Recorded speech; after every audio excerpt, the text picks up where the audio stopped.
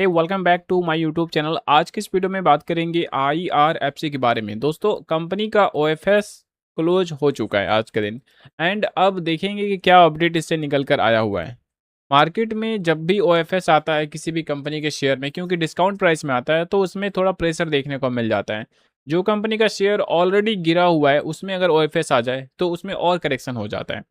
तो इस बार क्या हुआ कि सरकार ने बहुत ही सस्ते प्राइस पर OFS निकाला, लेकिन रिटेल का कुछ खास रिस्पॉन्स नहीं रहा। देखेंगे आगे पूरा डाटा और आगे क्या स्ट्रेटजी, क्या संभावना होगा, सब कुछ इस वीडियो में समझने का प्रयास करेंगे। वीडियो को पूरा देखिएगा। दोस्तों, आज के दिन OFS इसका क्लोज हो गया। यहाँ पे देख सकते हो IRFC का offer for sale open for non retail investors आज के दिन हुआ एंड आज क्लोज भी हो गया।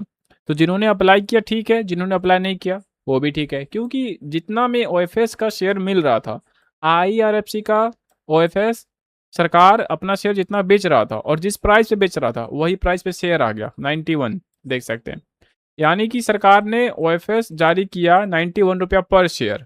उस टाइम शेयर का प्राइस था शायद 98 रुपीज़, 98 नहीं तो 99 रुपीज़ लगभग इसी प्राइस पे था जब OFS आया, 98 ही था। तो समझ सकते हो कि यहाँ पर 98 पर था शेयर, सरकार ने 91 पर OFS लाया। उसके बाद क्या हुआ कि शेयर गिर कर वहीं पहुँच गया, 91 के पास ही पहुँच गया। तो अब इसमें क्या हो गया कि OFS रिटेल कैटेगरी का उतना नहीं भरा जितना भरना चाहिए था, जितना सरकार को चाहिए था उतना। तो चलिए ऑफिशियल अपडेट देख लेते हैं कि क्या डाटा निकल कर आया हुआ है। ये आप देख सकते हो, ये NSE का साइट है और ये आप देख सकते हो ये BSE का साइट है। तो सबसे पहले BSE का देख लेते हैं, उसके बाद NSE का देखेंगे, फिर कंबाइंड करके देखेंगे कि कितना सब्सक्रिप्शंस आया। यहाँ देख सकते हो Indian railway finance corporation limited 91 rupees floor price था। ये नॉन रिटेल है और ये रिटेल है। नॉन रिटेल यानी कि बड़े निवेशक हो गए, FIDI ये सब हो गए, इंस्टीट्यूशनल इन्वेस्टर्स ये सब हो गए। बाकी रिटेल कोटा यहाँ पे आप देख सकते हैं।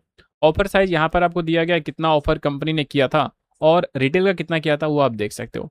तो ध्यान दीजिएगा, यहाँ पर जितना किया गया था BSE पर, ये देख रहे हैं, जितना किया गया था ऑफर साइज उतना यहाँ पे भर गया। ठीक है, उससे ज़्यादा ही हो गया, 100% इनका यहाँ पर कोटा भर गया बड़े निवेशक का।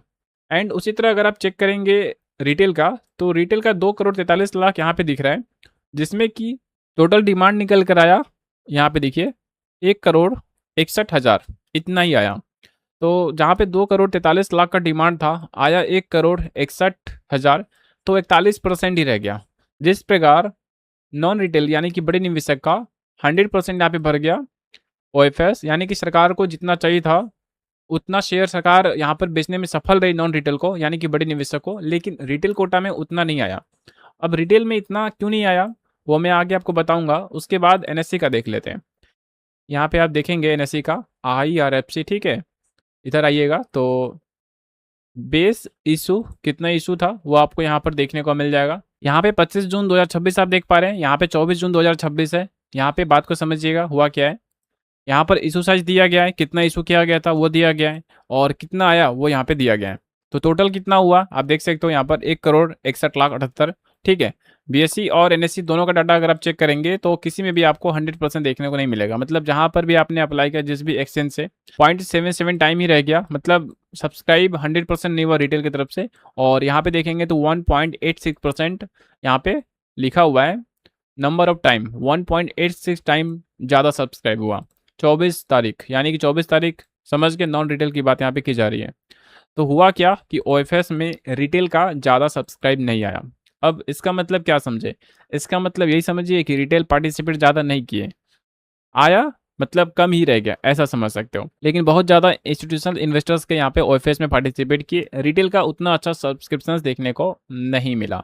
अब इसके पीछे का रीज़न ये हो सकता है कि शेयर का प्राइस ऑलरेडी 91 पर आ चुका है, जो कि शेयर 91 पर OFS में भी आया हुआ है, तो इसलिए उतना कुछ खास सब्सक्राइब हुआ नहीं।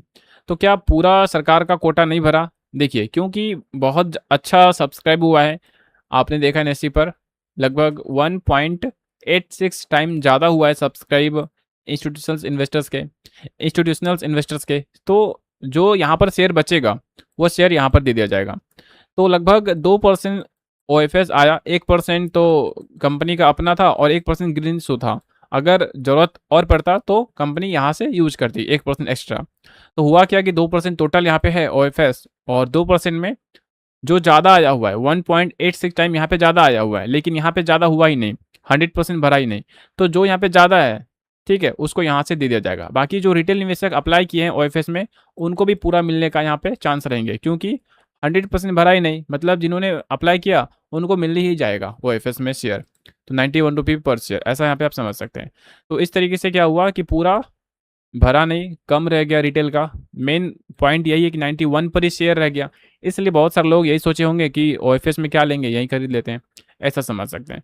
तो इसका आज के दिन कहीं ना कहीं प्रेशर देखने को मिला शेयर के ऊपर ओएफएस के वजह से। तो आज के दिन आईआरएफसी में गिरावट के पीछे का रीजन आप समझ गए, ओएफएस ही है। इन्वेस्टर्स यहाँ पे निकलने का प्रयास बहुत ज़्यादा किए, लेकिन अगर आप नोट करेंगे तो 5 करोड़ शेयर ट्रेड भी हुआ है, बहुत अच्छी बात है। 43% शेयर में डिलीवरी देखने को मिल रहा है, तो 91 के आसपास शेयर आ गया, जिसलिए भी इन्वेस्टर्स यहाँ पे काफ़ी अच्छा खरीदारी भी किए हुए हैं। 43% शेयर का डिलीवरी बहुत ही स्ट्रॉन्ग डिलीवरी यहाँ पे माना जा रहा है। तो देखिए कि शेयर का प्राइस बहुत ही नीचे आ चुका है। अब नेक्स्ट कंपनी के अपडेट का इंतजार रहेगा, कंपनी के Q1 के रिजल्ट ये सारे अपडेट निकाल कर देगी। यहाँ पर प्रमोटर की होल्डिंग नोट कीजिएगा, दिसंबर 2025 में 86.36% था। कंपनी ने 4% का ओएफएस निकाला, इसमें शेयर बेचा गया तो 84.65% हो गया। 4% उतना उस टाइम नहीं भरा ओएफएस जितना डिमांड आया था, तो शायद इसलिए सरकार 2% ही लाया, 1% normal, 1% green show option. Green show में क्या होता है कि अगर ज़्यादा डिमांड आ गया तो उसका शेयर दे दिया जाएगा, हालांकि ज़्यादा डिमांड बड़े निवेशक या इंस्टीट्यूशनल इन्वेस्टर की तरफ से आया हुआ है, तो इसलिए यहाँ पर स्टेक कम हो गया, ओएफएस में शेयर बेचा गया। फिर कंपनी ने जून में ओएफएस निकाल कर दिया, तो समझकर आप चल सकते हो कि यहाँ भी होल्डिंग्स घटेगा। 84.65 है, तो ये घटकर 82% कुछ हो जाएगा, ठीक है, कुछ परसेंट यहाँ पे हो जाएगा।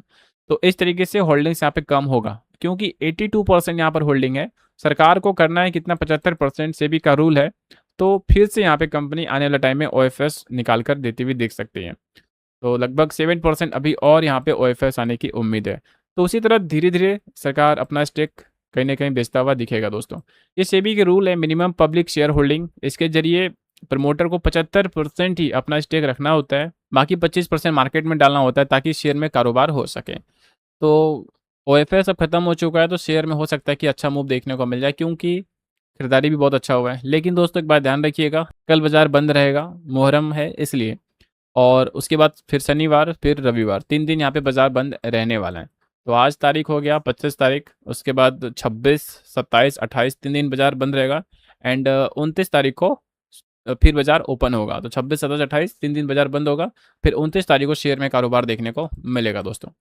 तो थैंक यू, मिलते हैं नेक्स्ट वीडियो पे। अगर आपने अभी तक चैनल को सब्सक्राइब नहीं किया है तो कर दीजिएगा, एंड वीडियो को लाइक कर दीजिएगा। Thank you.